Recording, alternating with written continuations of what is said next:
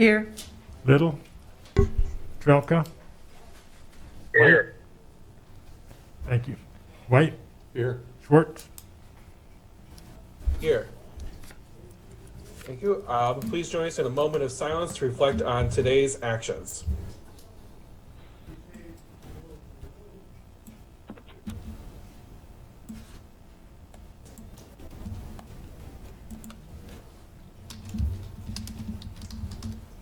All right. Please join us for the Pledge of Allegiance. I pledge allegiance To the flag of the United States of America and to the republic for which it stands, one nation, under God, indivisible, with liberty and justice for all.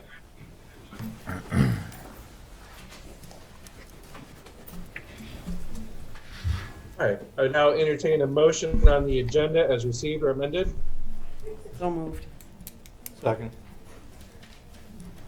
It's been moved and seconded. All those in favor say aye. Aye. Aye. Aye. Aye. All those opposed, the agenda is approved. Next is under recognition. Today we would like to recognize the Hudson High School cross country team for their first A state championship. I believe we've got the Hudson team on today, so if you would like to say a few words, your coach, about this victory, but we're all very proud of you on behalf of the county. Thank you very much. Yeah, we have 6 of the 7 here today. These girls earned first place at the state meet by 2 points to Southwind, so it was an exciting race on Halloween. We felt very fortunate to make it through the whole season. But yes, these girls worked very hard and were very deserving of the state championship. So thank you so much for having us and for recognizing these girls and their hard work. Congratulations Do we and thank have you. Seniors in the group. Yep, we have one. All right, have you started making your plans for next year yet? I'm still deciding between Iowa or Iowa State University. I haven't made a decision yet. Oh, wonderful. They're both great schools. We'll be lucky to have you. All right. Well, we are very proud of you, and thank you so much for joining us here today. Thank you. All right. We will now move on to public comments. Is there anybody from the public wishing to speak to the board on something that is not an agenda item? We will first start in the room. Is there anybody in the room today?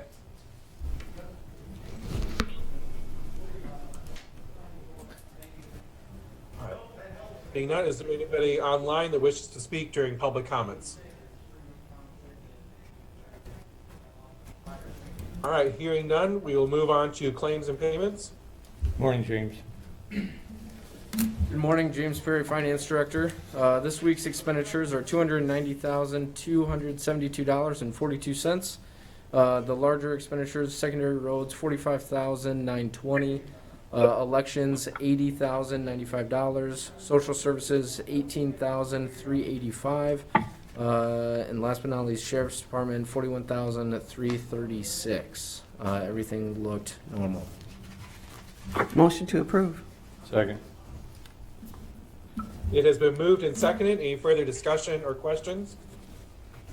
Hearing none, roll call please, Mr. Veeder. Leyland. Yes. Trelka. Yes.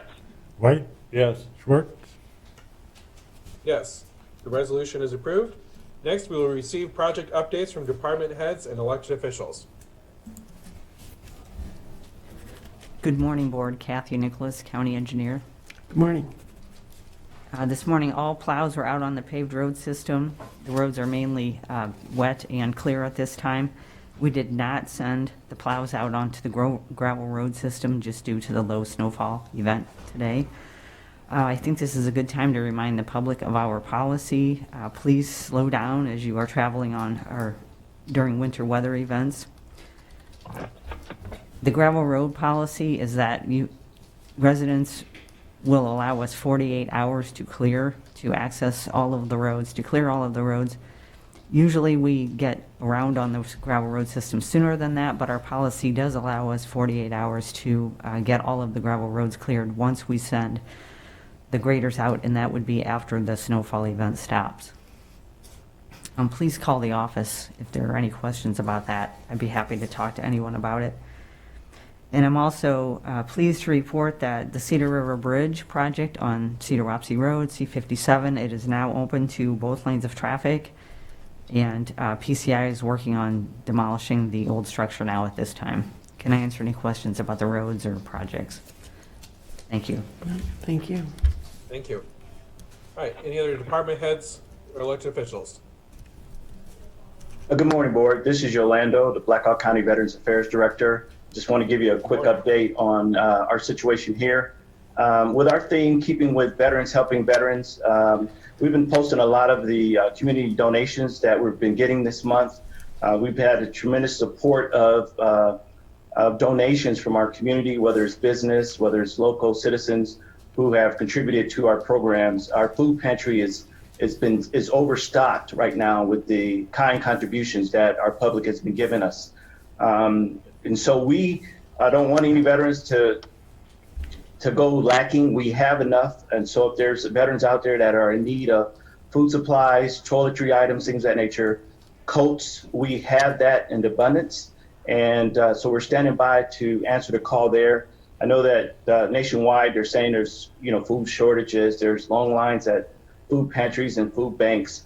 We haven't really seen that from our veteran community. We've had issued out 18 food bags this month. That's a little under what our normal numbers are, but we're there to support our veterans. And again, that food pantry that we run is done by donations from our community. So we really thank them for that. Our turkey trot program, our goal was 25 meals, whether they were turkey or ham for our veterans. We're currently at 29, and we still have a couple of promised donations out there that they're going to probably end up delivering today, and then we'll get those donations out to our veterans. So we got right now 29 veterans families who will be able to enjoy on Thursday either a turkey or a ham dinner, again, by donations from our community. And so we really thank them for that and that support. For Operation Christmas, we have 47 sponsors and veterans assigned. So what that means is we have 47 veterans who will, because they do not have the monetary means to support their families, we have sponsors that are answering that Christmas gift and providing that Christmas wish list to that veteran or that veteran's family and kids. So this is a good program. Again, into kindness and the spirit of the holidays. We really are seeing the takeoff in the standpoint of people supporting veterans. And so my heart goes out to everyone that has a kind compassion for our veterans community. We're still in preparation to make 240 Christmas bags for our nursing home veterans and spouses. We're still collecting some gloves, scarves, socks, various candies and snack bags. But we've also had a tremendous amount of monetary support from our local businesses and veterans in that support. So the things that we come up short, we will be able to obtain through purchasing from our local store. And we look forward to that later on in the year. A couple other things from a budget performance standpoint, what I call our big three, which is the general services to veterans. With funeral expenses, when I look at my budget, we used about 12% of the funeral expenses. That's roughly around $7,500. We've supported 3 cremations so far, starting with fiscal year 21. About 5% from our shelter, or about $1,300 that we've used in our budget to support veterans for whatever various problems that they're having, whether it's motel, they need overnight stay, or they need their rent paid for. And then about utilities, again, as we're getting into these different seasons where it's getting a little colder, we're monitoring that, and we want to support our veterans in that standpoint. We're about 13% in our budget for utilities. We spent about $809, and some of that is helping us with Operation Threshold. They have a grant that through the CARES Act that we can now allow some of the veterans to go over and utilize that CARES Act grant that Operation Threshold has. So that's been helping us out there too. And then lastly, I just really want to send my best wishes out to Mike and his family. He just lost his dad over the weekend, and his dad's a veteran. And then also to my good friend Tom, and my prayers are with him as he heals in that standpoint. That's one of the, I say that with a sadness in my heart, because Tom is the one who really took me under his wing when I took over this position. And so I really have a lot of respect for him and everyone that is on the Board of Supervisors. But in particular, I hope the best for Tom and his family in that standpoint. And then later today, my family will be watching our third funeral that was COVID related via Zoom. So my thoughts and prayers are for everyone who are suffering or mourning through this pandemic. But standing by to address any questions or concerns. Thank you, Yolanda. Just wanted to say thank you, Yolanda. This is Mike. Thank you, Yolando. Yeah. Right. Any other department heads or elected officials wish to give an update today?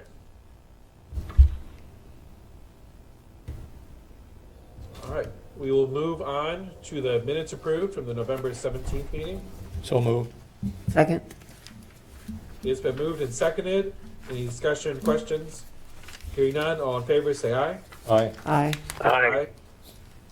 All opposed, the minutes are approved. We will now move on. There will be a hearing a little bit later on in the meeting, a bid opening on the Grundy Road project. But first, we will do the consent agenda. So We moved. approve with a single resolution. Second? Would someone like to make a motion? Yes. Yeah. Craig made the motion, I seconded. Okay, it's been moved and seconded. Any discussion or questions? Hearing none, roll call please, Mr. Veeder.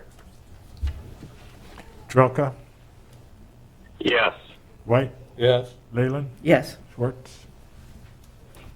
Yes, the resolution is approved. Next, under contracts and agreements, this is a resolution that the lowest reasonable bid received from Dewey Ford of Duncanton, Iowa for one new 2020 Ford Fusion S with a bid of $17,822 be approved, and for the chair to sign the contract, additional to the receipt of certificate of insurance as recommended by Yolanda Lovelace, Director of Blackhawk County Veterans Affairs. So moved.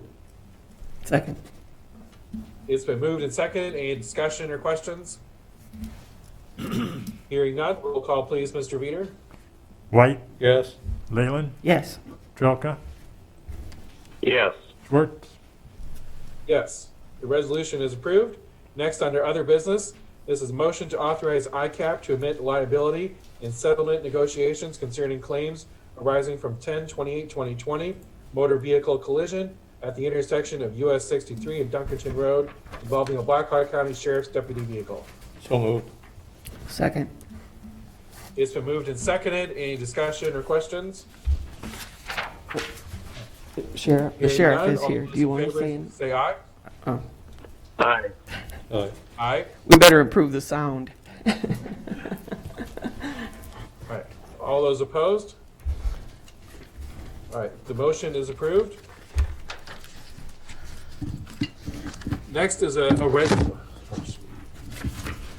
resolution that the amendment to the minutes of the Board of Supervisors meeting on November 10th, 2020, as follows.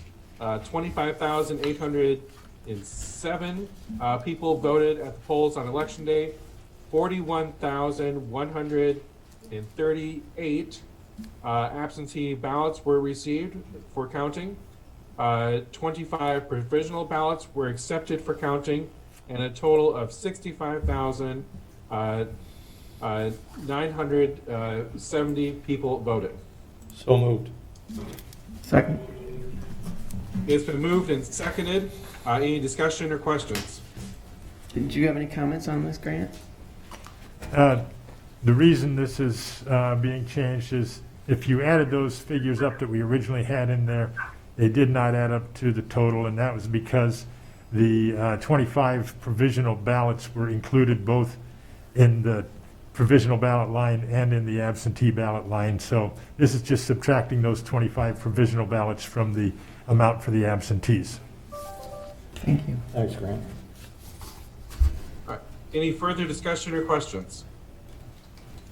Hearing none, roll call please, Mr. Veeder. Leyland, Yes.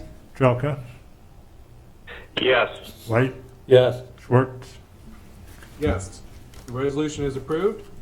Next is a resolution that the statement of completion and final acceptance of work and the construction pay estimate report for project L 1704-7307. This is the Spring Creek Road and Indian Creek Road HMA interlay and resurfacing.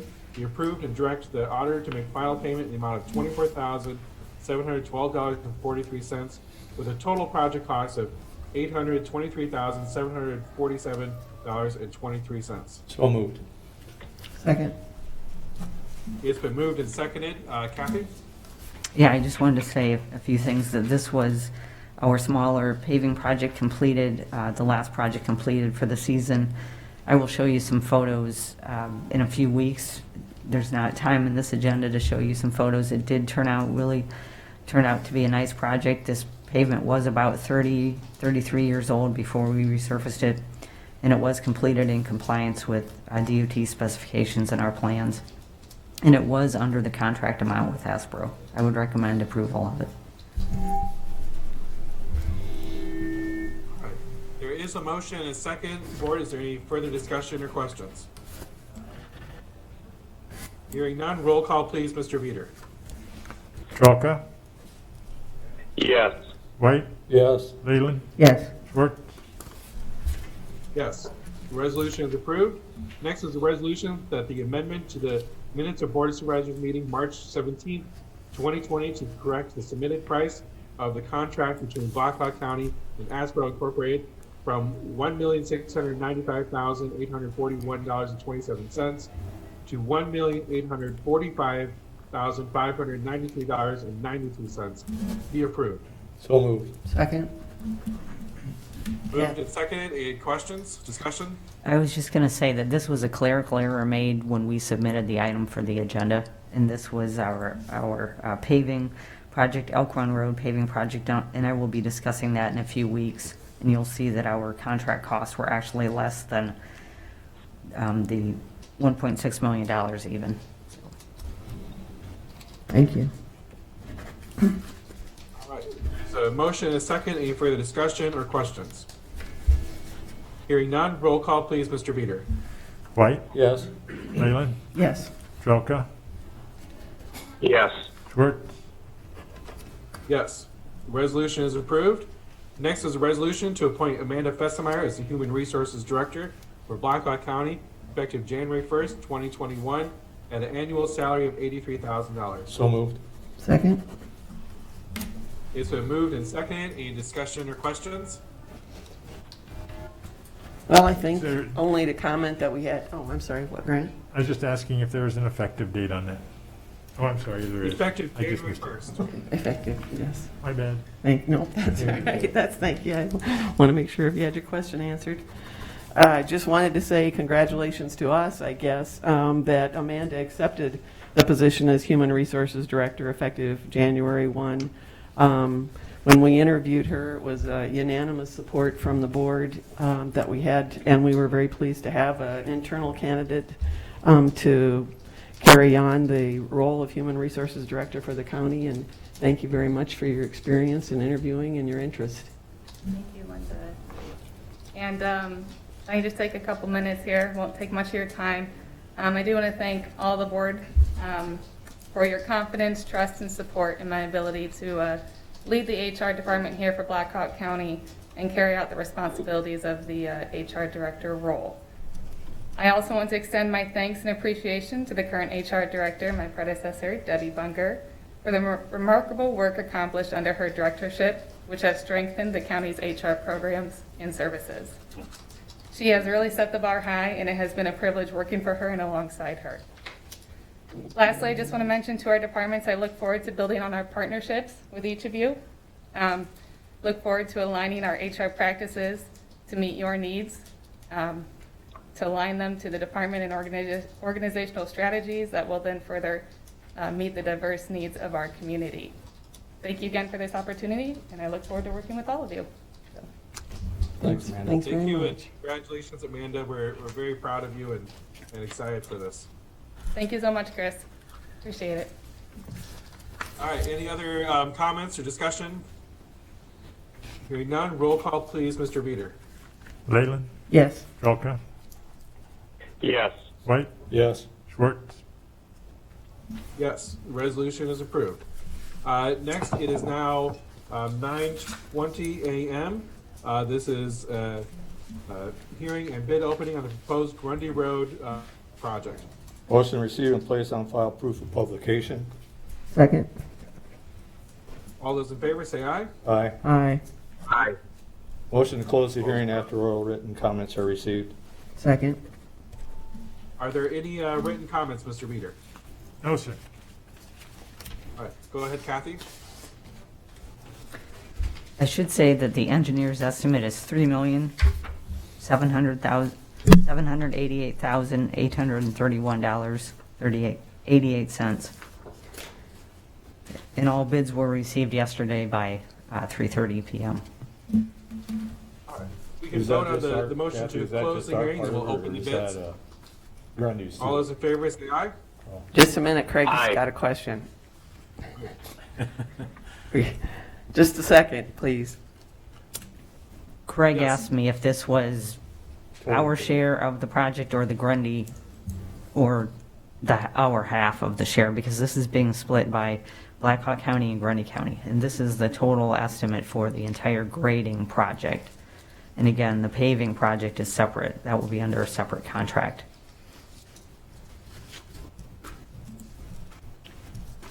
All right. Any further discussion or questions? All right. All in favor of closing the hearing, say aye. Aye. Aye. Aye. Aye. All opposed? All right, well, next move on to the bids received and open. The first bid comes from CJ Moyna and Sons, LLC, Decatur, Iowa. They have submitted the bid bond.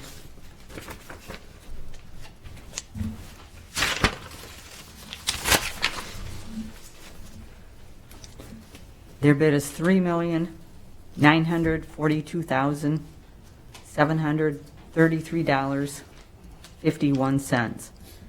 3,942,733.51.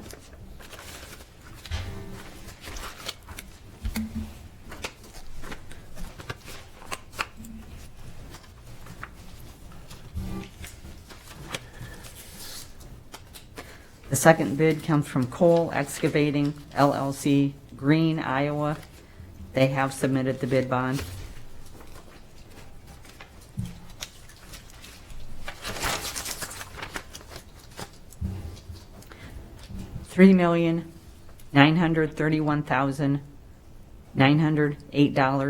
$3,931,908.90. 3,931,908.90.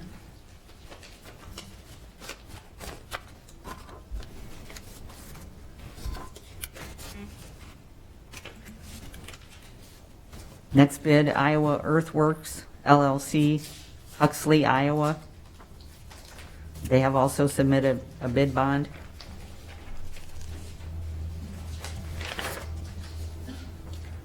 The bid is $3,738,086.68. 3,738,086.68.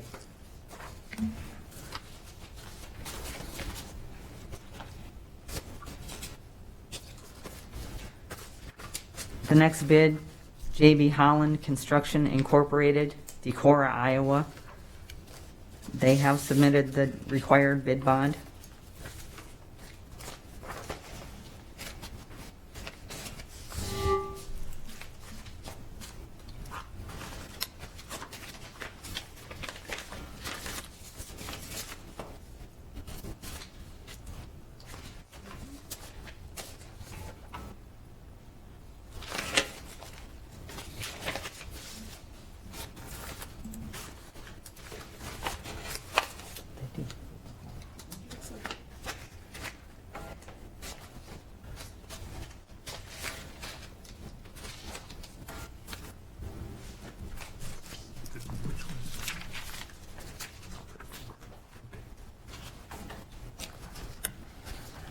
Apparently, they have submitted an incomplete bid.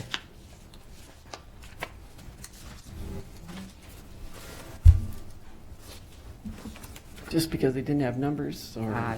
Apparently, the last page is not included. Carol can look here for a minute.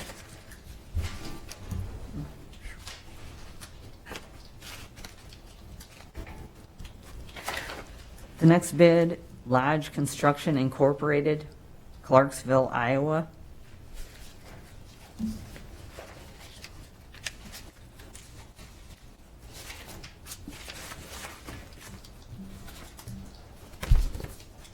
And they have also submitted the bid bond as required.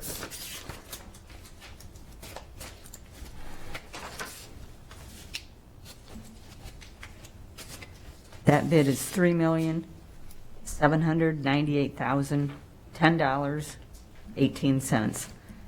3,798,010.18.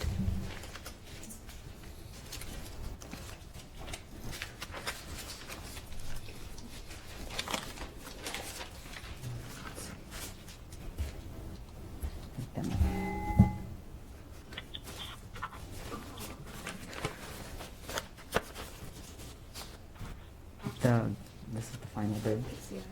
The final bid, Peterson Contractors Incorporated, Rhinebeck, Iowa. They have submitted the required bid bond.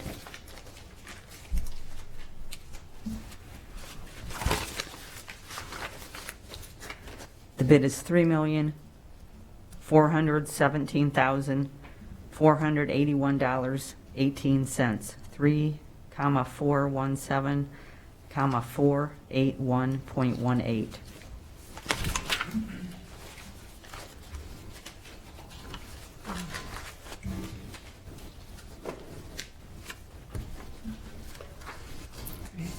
That's it. Thank you, Kathy. Thank you. All right. I would so like to make a motion that the board review and place on file. So moved. Second? It's been moved and seconded. All those in favor say aye. Aye. Aye. Aye. The motion is approved. Kathy, Yes, sir. this is Chris Fleshner. I apologize, I was having computer problems. Could you read those bids, just the final number one more time? Carol left. Oh, Yeah, here. excuse me, just a You want minute. it? Yes, okay, so like I said, these are the as-read bids. We haven't double-checked the numbers or anything yet, but let me go over those. This is in alphabetical order. C.J. Moyna and Sons, LLC, Elkader, Iowa, $3,942,733.51. Cole Excavating, LLC, Green, Iowa, $3,931,908.90. Third bid, Iowa Earthworks, Huxley, Iowa, $3,738,086.68. The fourth bid from J.B. Holland, Decorah, Iowa, they did not submit the final sheet with the total bid on it, so that is incomplete as far as I know. Number 5, Lodge Construction Incorporated, Clarksville, Iowa, $3,798,010.18. The sixth bid from Peterson Contractors Incorporated, Rhinebeck, Iowa, $3,417,481.18. Thank you, Kathy. Sorry to delay you. You're welcome.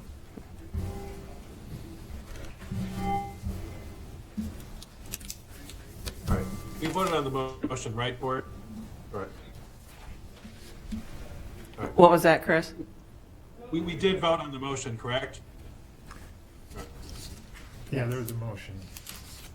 Okay, making sure. And we took the vote, right? I wasn't sure if that got in. Yes. Okay, we will now move on to item G, This is discussion, possible board action regarding Wheeler Road Bridge between Duncanton Road and East Mount Vernon.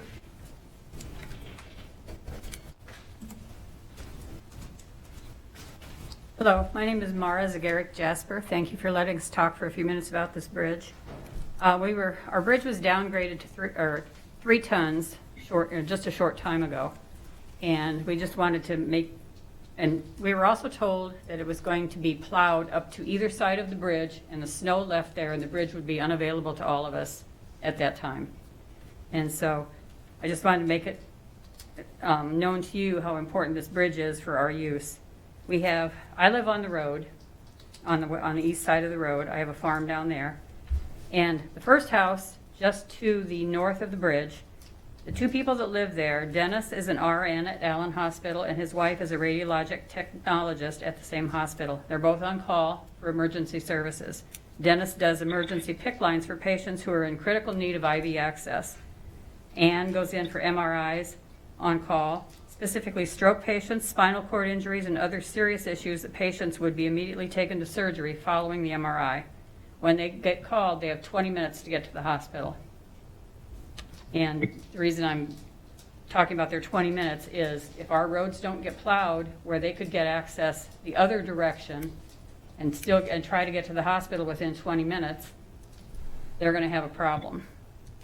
Okay, the next neighbor up the road has a school-aged child who will need bus services next year. And there's no place for a bus to turn around. There's also really no place for the road graders to turn around to clear the snow.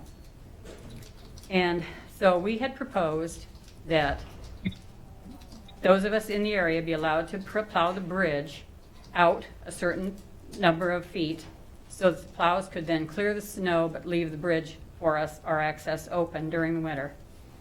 And we have a number of people in the area that are willing to use their snow moving equipment. Everyone's taken it in and had it weighed so that we know it's under the required limit. And they're all proficient in the use of this equipment. Okay, and I also have Randy Rigdon with me, and he was one of the ones who was offered to help clear the snow, and has an interest in this area too, because he farms on our road. So I'll let Randy talk for a few minutes, but I wanted you to know how important this bridge is to all of us that live on the road. Thank you.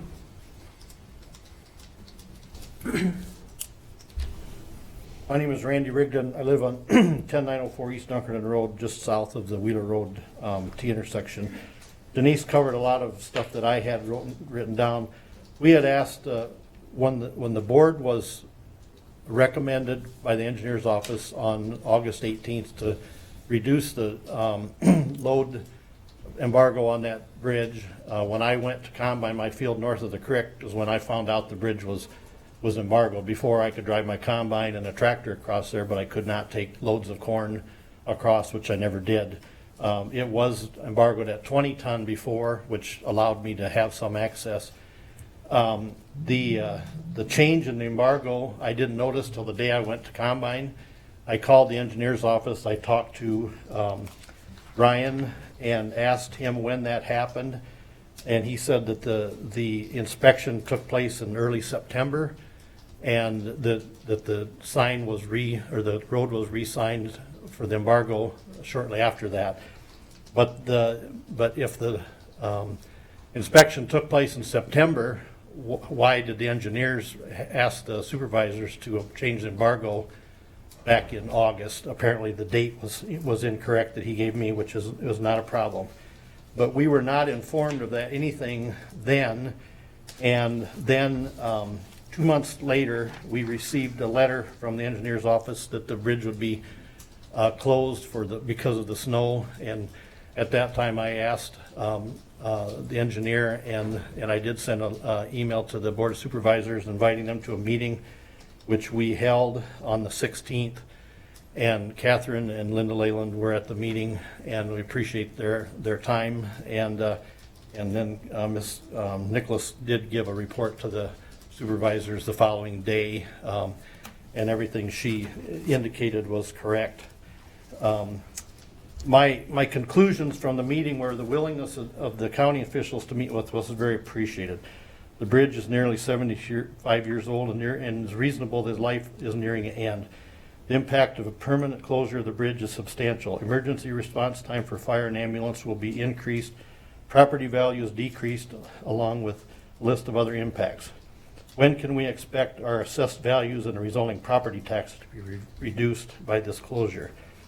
I strongly urge the Board of Supervisors to allow the area residents to provide snow removal for the bridge and keep the road open for the area homeowners.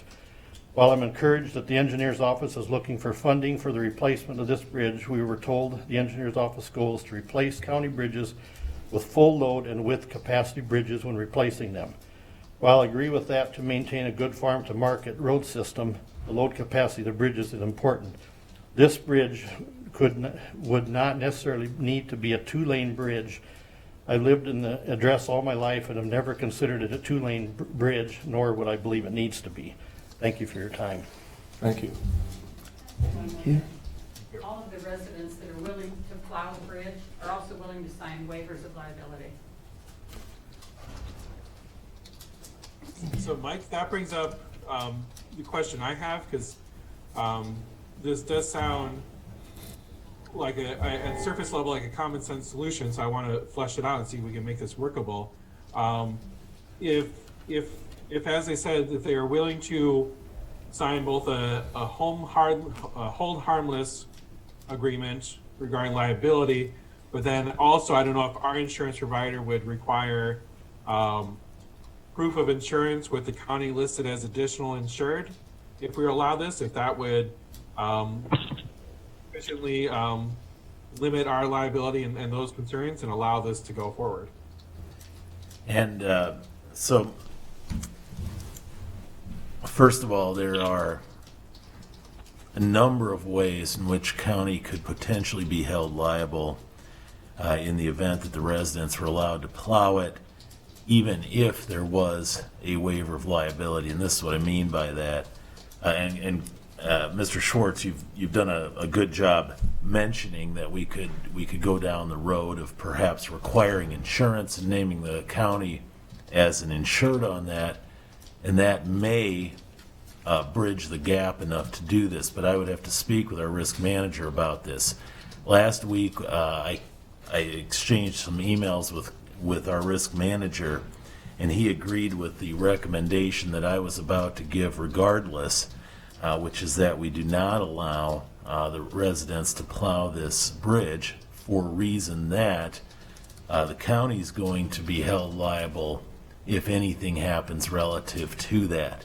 And that can mean any of the following and a whole lot more.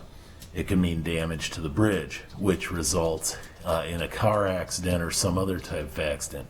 It could mean injuring a person who might be on that bridge or near it for any reason.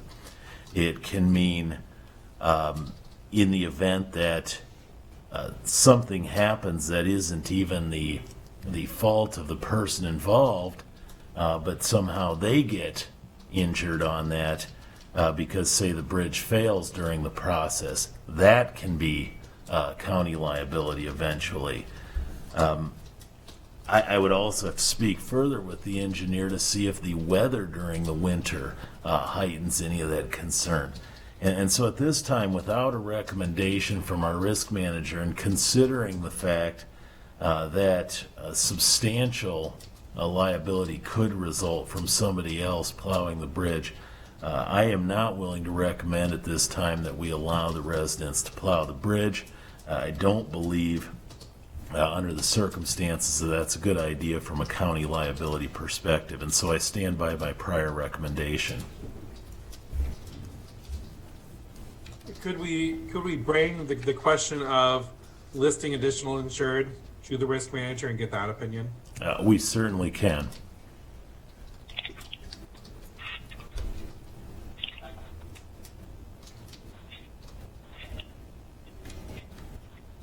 So I would assume maybe that could be done in the next week, like I would next think week's meeting. I would hope it could. The only potential complication is the holiday right now, but I can contact him as soon as we get out of here, and he's usually pretty responsive. Great. Well, I want to, I guess, commend, but I said the residents there have certainly stepped up to us. I know they didn't like the decision of the engineer's office regarding the closing of the bridge, and we're trying to make accommodations for that snow removal, and as we discussed at that meeting, liability was the critical factor that the engineer's office had brought up, and as well as I said too, we typically would go by the expertise and experience of our engineers department. But Kathy offered to the residents that their other option was to bring it to the Board of Supervisors and take their concerns to us and see if there was other possibilities or if we were willing to look at something else. And so that's what Randy and Denise are doing, kind of representing the neighborhood today. And I certainly, however this works out for both of you, I said I appreciate the fact that you're looking out for the taxpayers and trying to keep the bridge open for the residents and doing everything you can.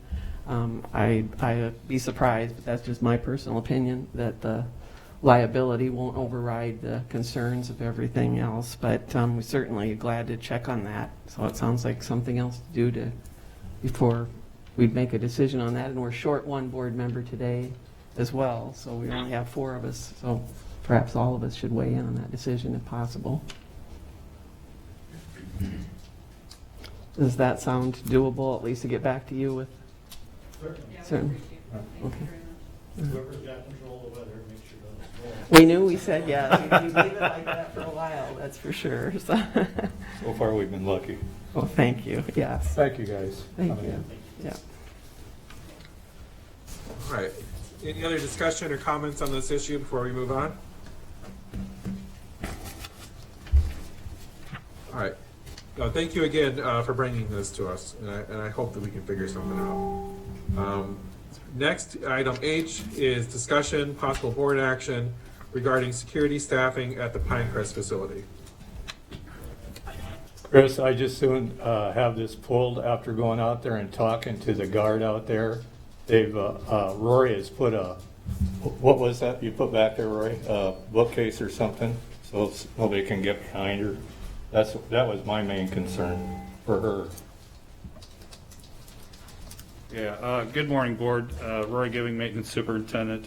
I know it was asked of me at last week's meeting to have somebody from the Department of Human Services at this meeting today. Unfortunately, I was not able to make that happen, so I do not have any representation from Department of Human Services at this time. So I believe there was some questions about the flow of traffic that the board had for this department. So if that is something that we would still like to continue to have discussion, I will continue to try to make that happen.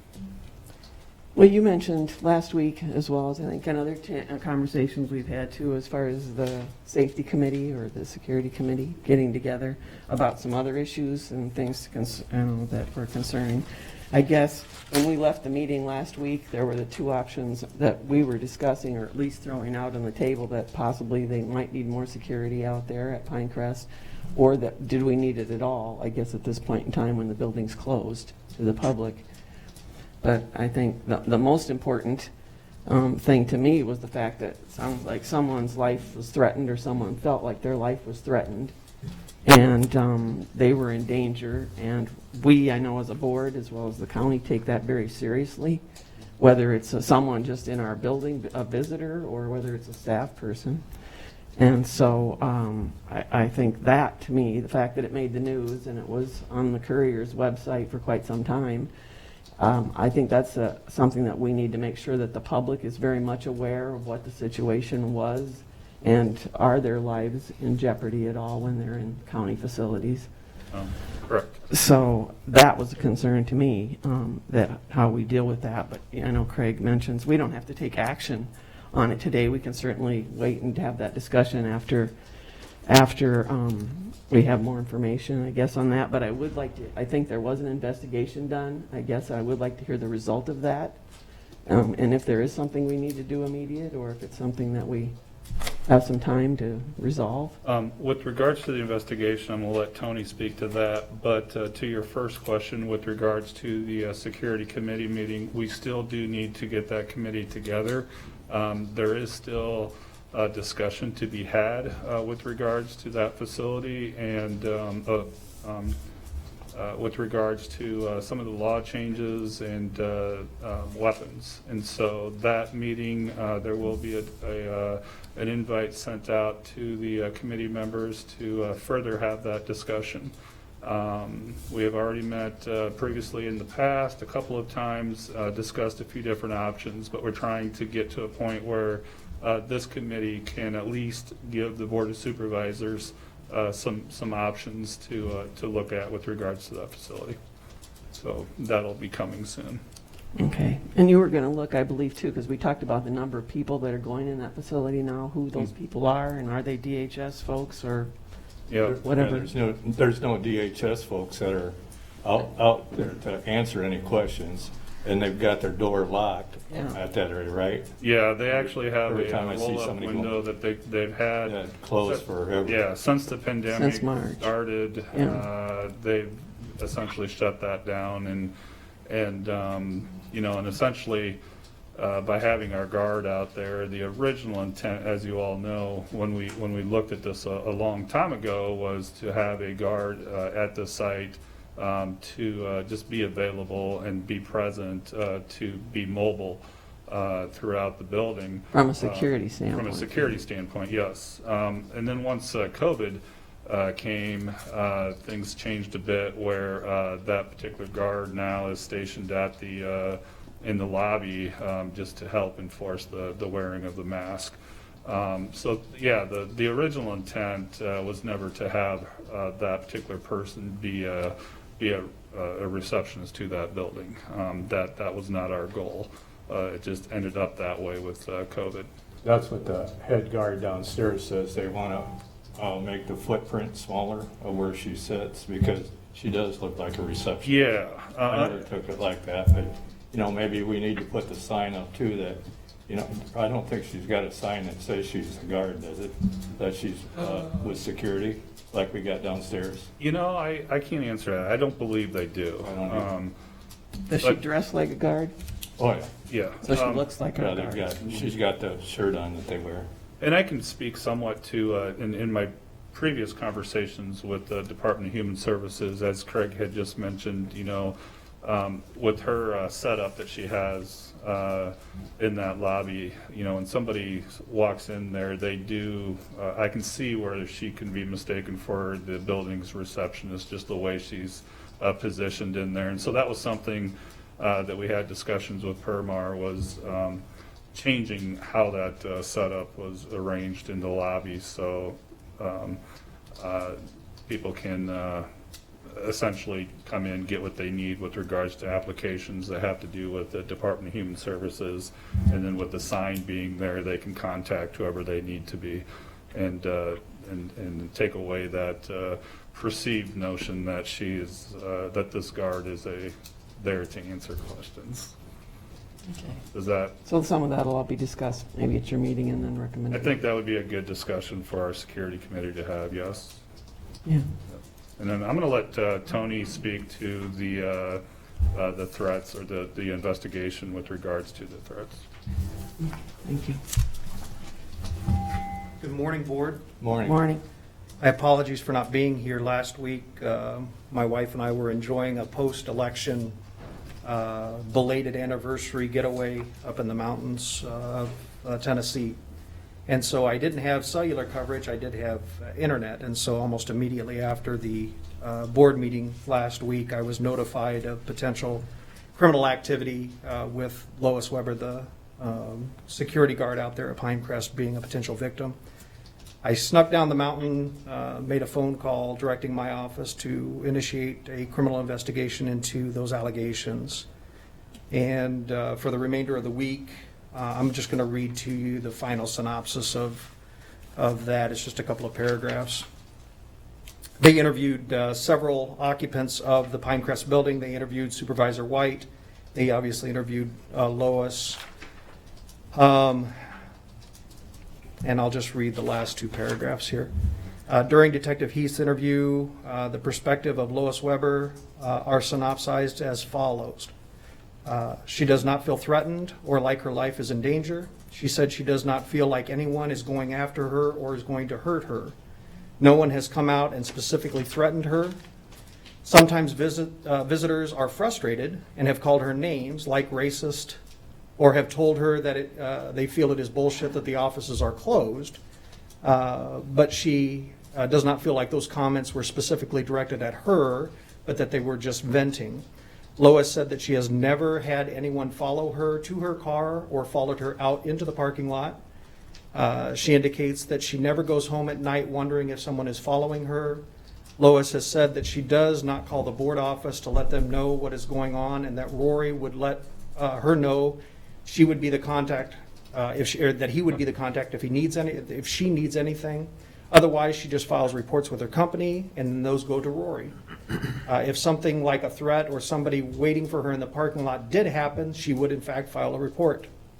The conclusion is there is no evidence to indicate that the assertions made at the Board of Supervisors meeting involving threats or a person waiting for a security guard to get off work have occurred, and that those allegations are not supported by fact, statement, or foundational merit. And the case was closed by my chief deputy.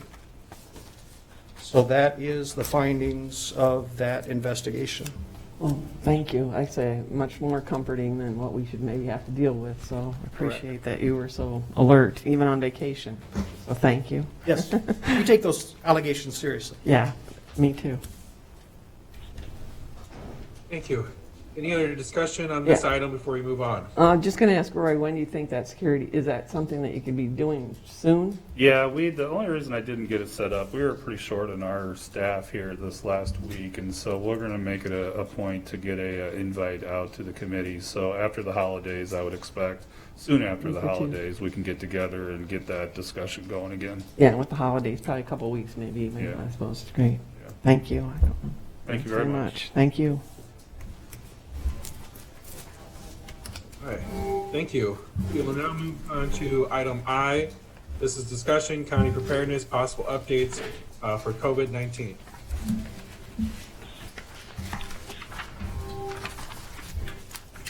Good morning, board. Morning. Good morning. Okay, just some updates here, and I'm gonna make some updates in regards to the health department as well. So we are right now.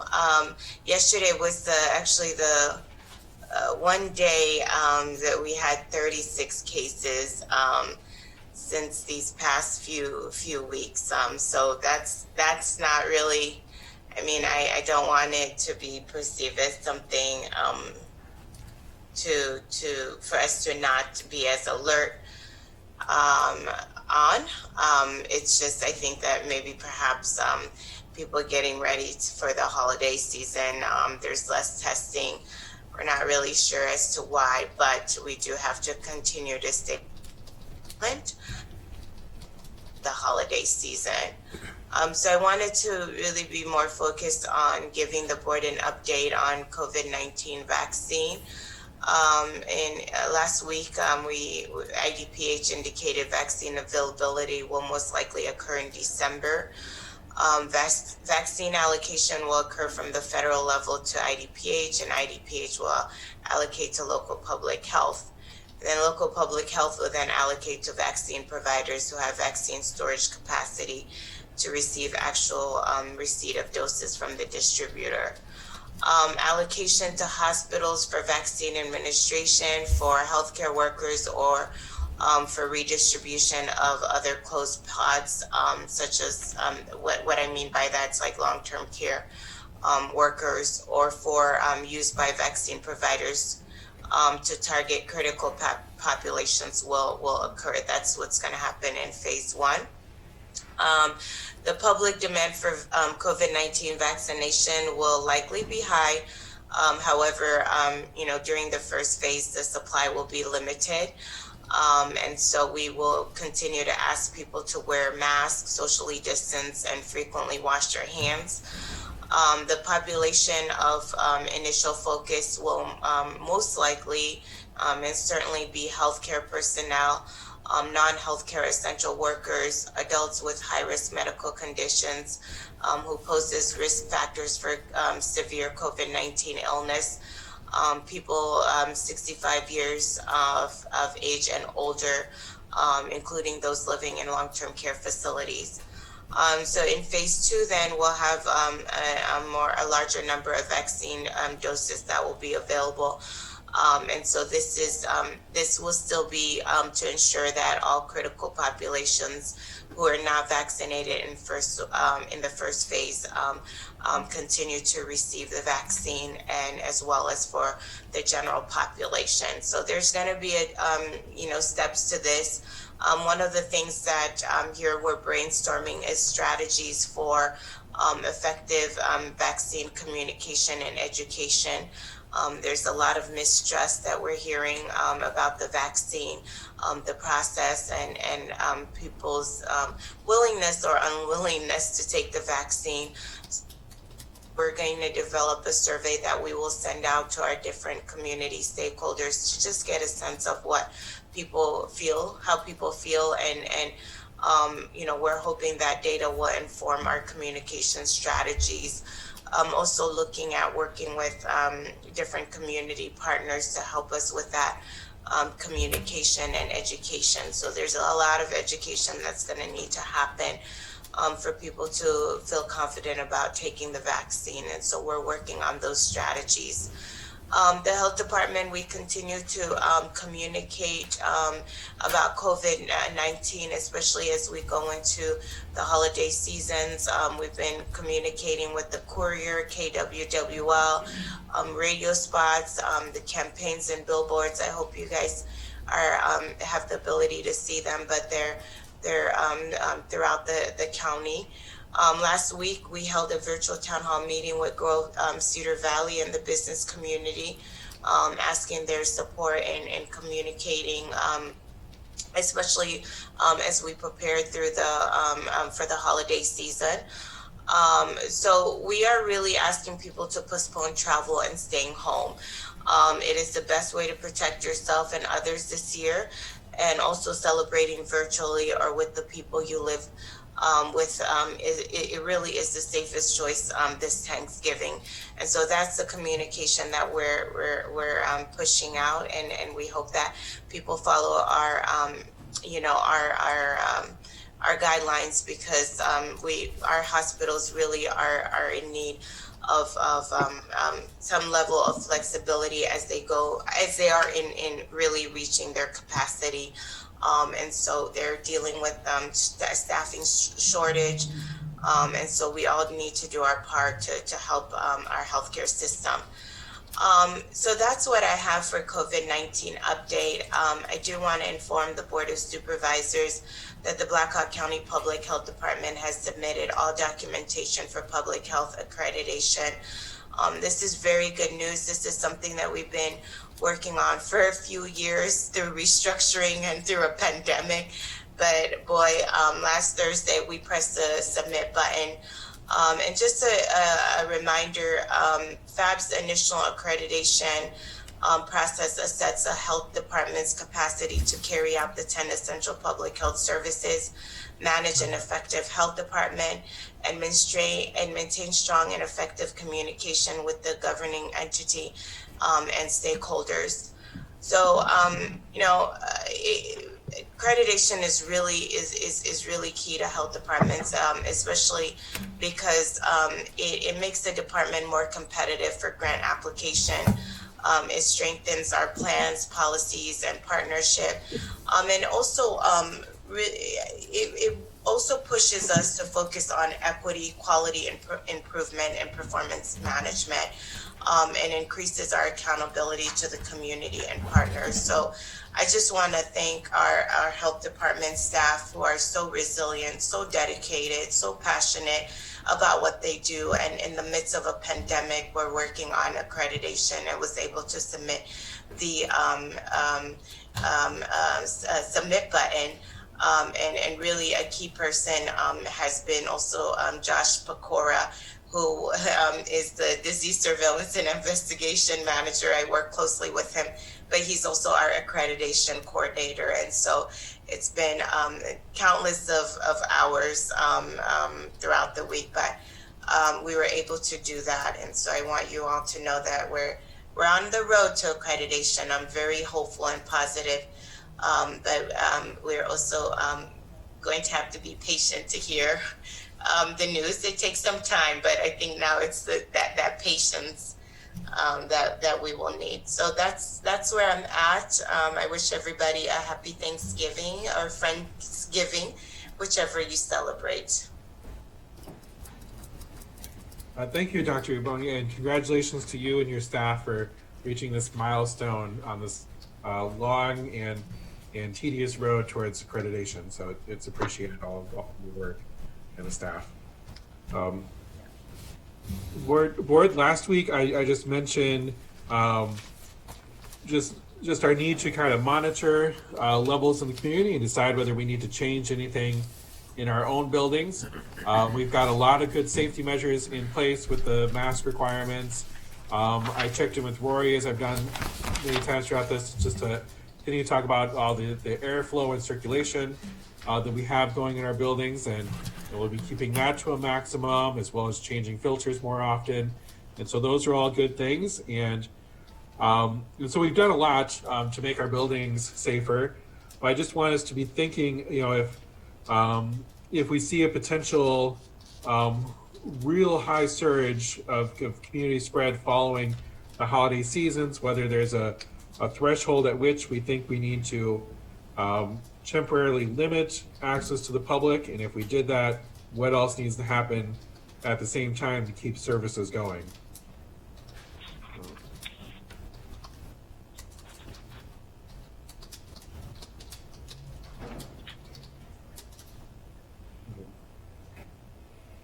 But I'm not sure if any other board members have anything they wanted to add or discuss for this topic today. No, I think, Chris, you really said it all. I think it's just something we have to constantly evaluate and be looking at the circumstances in the community as well as in the courthouse and county buildings and how we're doing. So I think we've really been doing an excellent job up to this point. The fact that we got through the voting and the election time, and that was probably the heaviest traffic we've seen in here. So since that time, I think, the crowds have diminished. So I think we're doing a great job so far. Thank you.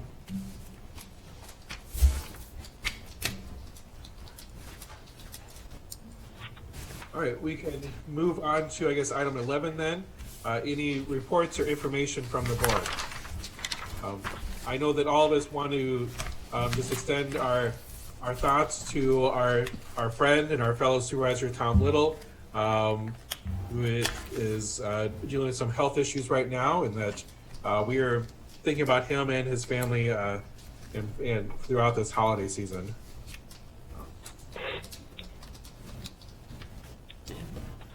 Any other reports or information from the board? No, I'd just like to, extend a happy Thanksgiving Day, everyone, all staff and our community as well. So be safe.